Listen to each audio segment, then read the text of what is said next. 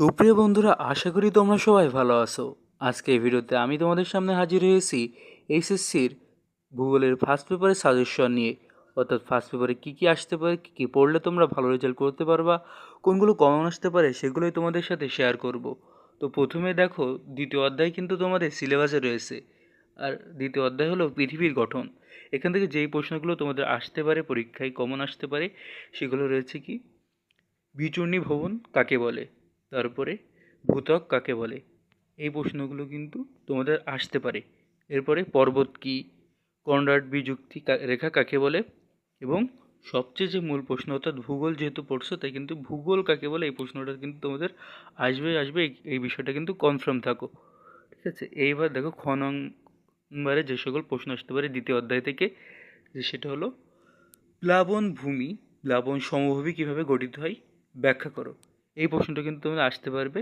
এই প্রশ্নটা কিন্তু বিগত বছরগুলোতেও এসেছে, প্লাবন সমভূমি কীভাবে গঠিত হয় ব্যাখ্যা করো।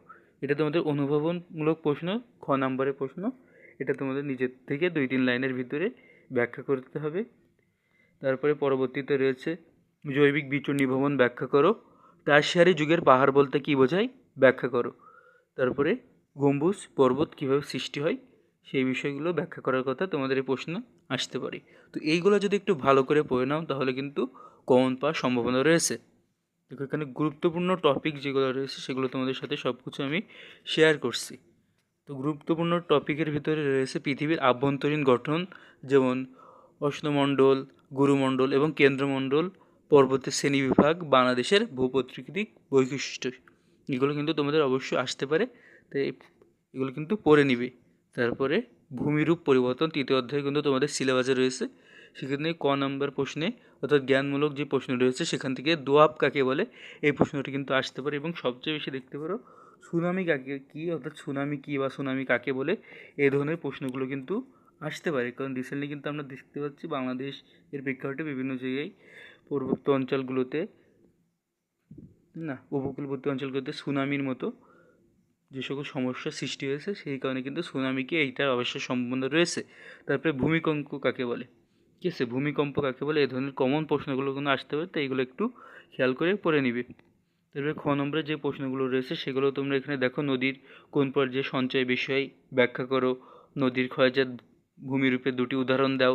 এ ধরনের প্রশ্নগুলো তোমরা একটু দেখে নেবে। এই ভিডিওটি যখন দেখছো তখন বই থেকে বের করে এই প্রশ্নগুলো খুঁজে বের করে একটু পড়ে নিবে।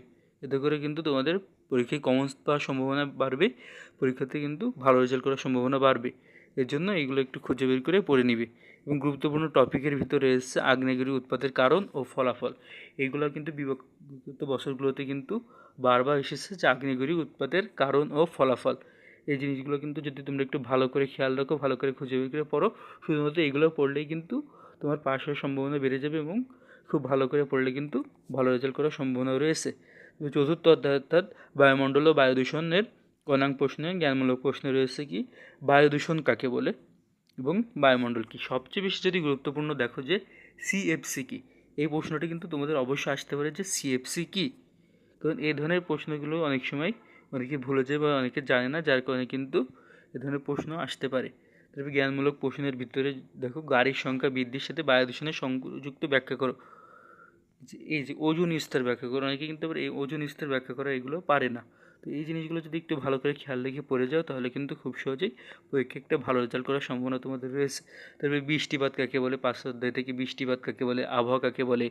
তারপরে গর্জনশীল 40 কাকে বলে, ঠিক আছে, গর্জনশীল 40 কাকে বলে এই প্রশ্নটা কিন্তু তোমাদের পরীক্ষায় আসার সম্ভাবনা খুব বেশি রয়েছে। তো এটা কিন্তু ভালোভাবে পড়ে নিবে। এরপরে খ নম্বরে অনুমোদন প্রশ্নে বৃষ্টিপাত কীভাবে সংগঠিত হয়, অসংক্রান্ত এই অংশটা কাকে বলে, সংক্রাংশ কাকে বলে, এটা কিন্তু একটু ভালো করে দেখে নিবে। এবারে গুরুত্বপূর্ণ টপিকের ভিতরে এসে নির্গত বায়ু ও বৈষম্য বায়ু প্রবাহের বৈশিষ্ট্য আলোচনা করো। তো এই বিষয়গুলো যদি তোমরা একটু খেয়াল রাখো, ভালো খেয়াল করে পড়ো, তাহলে কিন্তু কমন পাওয়ার সম্ভাবনা রয়েছে। এর পরবর্তীতে 6 অধ্যায় থেকে জলবায়ুর অঞ্চল ও জলবায়ু পরিবর্তন, জলবায়ু কাকে বলে, আর্দ্রতা কাকে বলে, মৌসুমী জলবায়ু কী, এগুলো যদি ভালো করে দেখে পড়ে নিবে তোমরা। তারপরে খ নম্বর প্রশ্ন থেকে এই কয়েকটা প্রশ্ন যদি একটু ভালো করে খেয়াল করে পড়ো তাহলে কিন্তু তোমাদের কমন পাওয়ার সম্ভাবনা অনেক, এবং এইখান থেকে কিন্তু কমন আসবেই।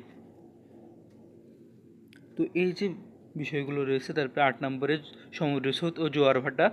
সমুদ্র স্রোত কী, তারপরে তোমার দেখো যে গ্র্যান্ড ব্যাংক কী, সোয়াচ অফ নো গ্রাউন্ড কী, এ ধরনের প্রশ্নগুলো কিন্তু যদি ভালো করে পড়ো আসার সম্ভাবনা কিন্তু রয়েছে। তারপরে জোয়ার বান কী, মহাকর্ষ শক্তি, জোয়ার ভাটা সৃষ্টির প্রধান কারণ ব্যাখ্যা করো। এবং এখান থেকে গুরুত্বপূর্ণ যে টপিকগুলো রয়েছে সেগুলো একটু ভিডিওটি দেখে বইতে খুঁজে বের করে এগুলো পড়ে নিবে, বা যেখান থেকে আসে সেখান থেকে বের করে পড়ে নেবে। এক একটা বইতে যেহেতু এক এক রকম, সেহেতু তোমাদেরকে এই প্রশ্নগুলো এভাবে আমি বলে দিচ্ছি, ঠিক আছে। এবং সবচেয়ে যেই বেশি দেওয়া বস্তু যেটা হলো যে বিগত সালের, অর্থাৎ বিগত 2017 সাল থেকে 2024 সাল পর্যন্ত, 2024 সাল পর্যন্ত সালে যে প্রশ্নগুলো রয়েছে সেই প্রশ্নগুলো একটু খেয়াল করবে এবং সেই প্রশ্নগুলো পড়বা, তাহলে কিন্তু সেখান থেকে কমন আসার সম্ভাবনা তোমাদের অনেকটা রয়েছে। 24 সাল আমি বলবো না, আমি বলবো তোমরা 17 থেকে 23 সাল পর্যন্ত যেই পরীক্ষাগুলো হয়েছে, বোর্ড পরীক্ষা হয়েছে এইচএসসির, সেখানে ভূগোল প্রথম পত্র প্রশ্নগুলো তোমরা একটু খুঁজে বের করে দেখো, সেগুলো একটু পড়ো, সেখান থেকে কিন্তু কমন পড়ার সম্ভাবনা রয়েছে। তো ভিউয়ার্স, এই ছিল আজকের ভিডিও। পরবর্তীতে